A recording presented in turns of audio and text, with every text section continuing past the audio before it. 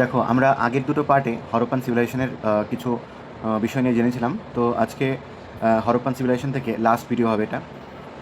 তো আমরা প্রথমেই জানবো বাণিজ্য এবং অর্থনীতি নিয়ে। এখানে দেখো, হরপ্পান সিভিলাইজেশনের বা ইন্দাস ভ্যালি সিভিলাইজেশনে আমরা দেখতে পাবো যে এটা মূলত একটা উন্নত নগর সভ্যতা ছিল।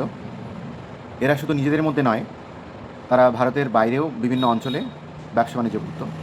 এবং তাদের বাণিজ্যের একটি গুরুত্বপূর্ণ প্রমাণ হলো বিভিন্ন দূরবর্তী অঞ্চল থেকে তারা ধাতু, পাথর, মূল্যবান সামগ্রী নিয়ে আসতো। কী তারা বিভিন্ন জায়গা থেকে নিয়ে এসেছে। তো আমরা বলতে পারি প্রথমে যে তারা অভ্যন্তরীণ এবং বৈদেশিক বাণিজ্য দুটোই কিন্তু করতো। ঠিক আছে। সোনার ক্ষেত্রে যদি বলি আমরা, তারা কিন্তু এটা নিয়ে আসতো কোলার কর্ণাটকা থেকে, আফগানিস্তান, পার্সিয়া থেকে, যেটা বর্তমানে Iran. Silver Afghanistan, Persia, Iran এবং south India. Copper Khetri Rajasthan, Baluchistan, Arabia এইসব এরিয়া থেকে নিয়ে আসতো। আর টিন আফগানিস্তান এবং বিহার থেকে। তারপর আমরা দেখব তারা ল্যাপিস লাজুলি বা নীলকান্তমণি স্যাফায়ার সেটা নিয়ে আসতো আফগানিস্তানের বাদাখশান থেকে। এবং জেড পাথর সেন্ট্রাল এশিয়া থেকে। স্টিয়াটাইট যেটা নিয়ে আসতো তারা শাহরি শোক্তা, মানে ইরানের কিরথার হিলস, ইরানের থেকে অ্যাকচুয়ালি, যেটা একটা পাকিস্তান, সেখান থেকে কিন্তু তারা এই স্টিয়াটাইট নিয়ে আসতো। এছাড়াও অ্যামেথিস্ট নিয়ে আসতো তারা মহারাষ্ট্র থেকে।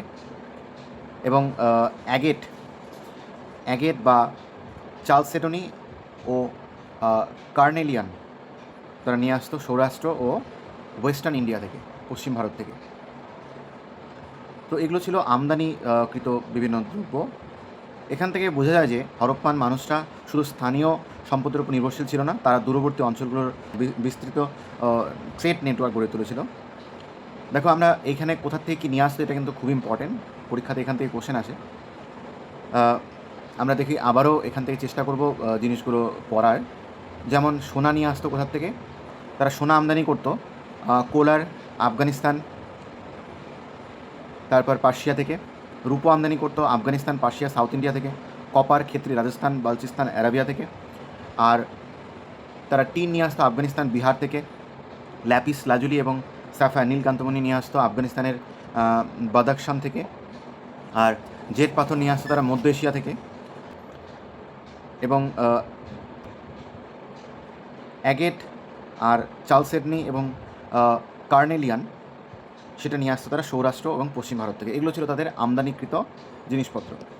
এবং এটাতে কিন্তু পরিষ্কারভাবে উল্লেখ করে যে তারা শুধুমাত্র স্থানীয় যে বাণিজ্য সেটার উপর নির্ভরশীল ছিল না, তারা দূরবর্তী অঞ্চলগুলো থেকেও দূরবর্তী অঞ্চলগুলোর সঙ্গেও কিন্তু একটা বিস্তৃত নেটওয়ার্ক, ট্রেড নেটওয়ার্ক তারা গড়ে তুলেছিল। এবার হরপ্পান সিভিলাইজেশনে এক্সপোর্ট। হরপ্পান মানুষ নিজেরা বিভিন্ন জিনিস অঞ্চলে রপ্তানি করত।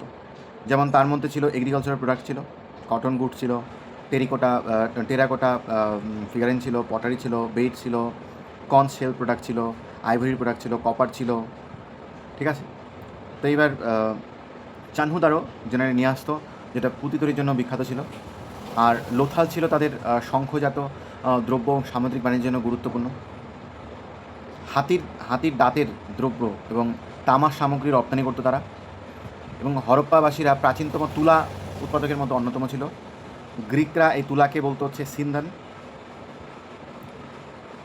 আর হরপ্পা সভ্যতায় মুদ্রার স্পষ্ট প্রমাণ কিন্তু আমরা পাই না, তাই এখানে মূলত পণ্য বিনিময় হতো বার্টার সিস্টেমের মাধ্যমে। লোথাল ছিল হরপ্পা সভ্যতার একটি গুরুত্বপূর্ণ প্রাচীন বন্দর, এবং সিন্ধু সভ্যতা ছিল মূলত একটা নগরকেন্দ্রিক সভ্যতা। তার পাশাপাশি কিছু জিনিস আমাদের জানতে হবে, সেটা হচ্ছে যে আয়রনের ব্যবহার কিন্তু অজানা ছিল। হরপ্পান সিভিলাইজেশনের অন্তত গুরুত্বপূর্ণ একটা বৈশিষ্ট্য হচ্ছে এখানে কিন্তু আয়রন আননোন ছিল, আর তারা লোহার ব্যবহার করতো না, যদিও তারা কপার, ব্রোঞ্জ, গোল্ড, সিলভার এগুলোর ব্যবহার জানতো। তাই হরপ্পান সিভিলাইজেশনকে আমরা ব্রোঞ্জের সিভিলাইজেশনে বলি। সুমেরিয়ান টেক্সটে এবং এই যে মেলুহা এই যে কথাটা, সেটা কিন্তু এখানে খুবই কানেক্টেড থাকে। দেখো, হরপ্পান সিভিলাইজেশনের সঙ্গে মেসোপটেমিয়ার বাণিজ্যিক যে প্রমাণ, সেটা কিন্তু পাওয়া গেছে মেসোপটেমিয়ান বা সুমেরিয়ান লেখাগুলোতে। মেলুহা নামটা পাওয়া গেছে। মেলুহা কথার অর্থ হচ্ছে কি, অ্যাকচুয়ালি মেলুহা এটা মনে করা হয় যে ইন্দাস রিজিয়নের কথা তারা বলতো। মেসোপটেমিয়ার মানুষরা তারা হরপ্পান অঞ্চলের সঙ্গে বাণিজ্য করতো এবং সেই অঞ্চলকে মেলুহা নামে উল্লেখ করতো। পুরনো মত অনুযায়ী বণিক শ্রেণী ক্ষমতায় গুরুত্বপূর্ণ ভূমিকা পালন করতো। আর হরপ্পানবাসীরা লোহার ব্যবহার জানতো না। হরপ্পা সভ্যতাকে সাধারণত ব্রোঞ্জ যুগের সভ্যতা এই কারণে বলা হয়। আর এখানে যে বৈদেশিক বাণিজ্য ছিল সেটা কেমন ছিল?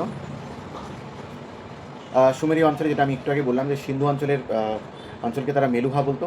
মেলুহাকে সাধারণত সিন্ধু এবং হরপ্পা অঞ্চলের সঙ্গে হরপ্পা অঞ্চল বলে চিহ্নিত করা হয়। আর এছাড়াও এখানে কিন্তু আফগানিস্তানের সঙ্গে সংযোগ পাওয়া গেছে হরপ্পান সিভিলাইজেশনের। সাতুগাই, যেটা হরপ্পান সিভিলাইজেশনের একটা ইম্পর্টেন্ট কেন্দ্র ছিল। মুন্ডিকাকো আফগানিস্তানের একটি গুরুত্বপূর্ণ প্রাচীন কেন্দ্র ছিল হরপ্পা সভ্যতা। এবার দেখো দিলমন ও মাকান। এই দিলমনকে সাধারণত বাহরাইনের সঙ্গে চিহ্নিত করা হয়, বর্তমানে যে বাহরিন আছে এই বাহরিন অঞ্চলের সঙ্গে এই দিলমনকে সাধারণত চিহ্নিত করা হয়।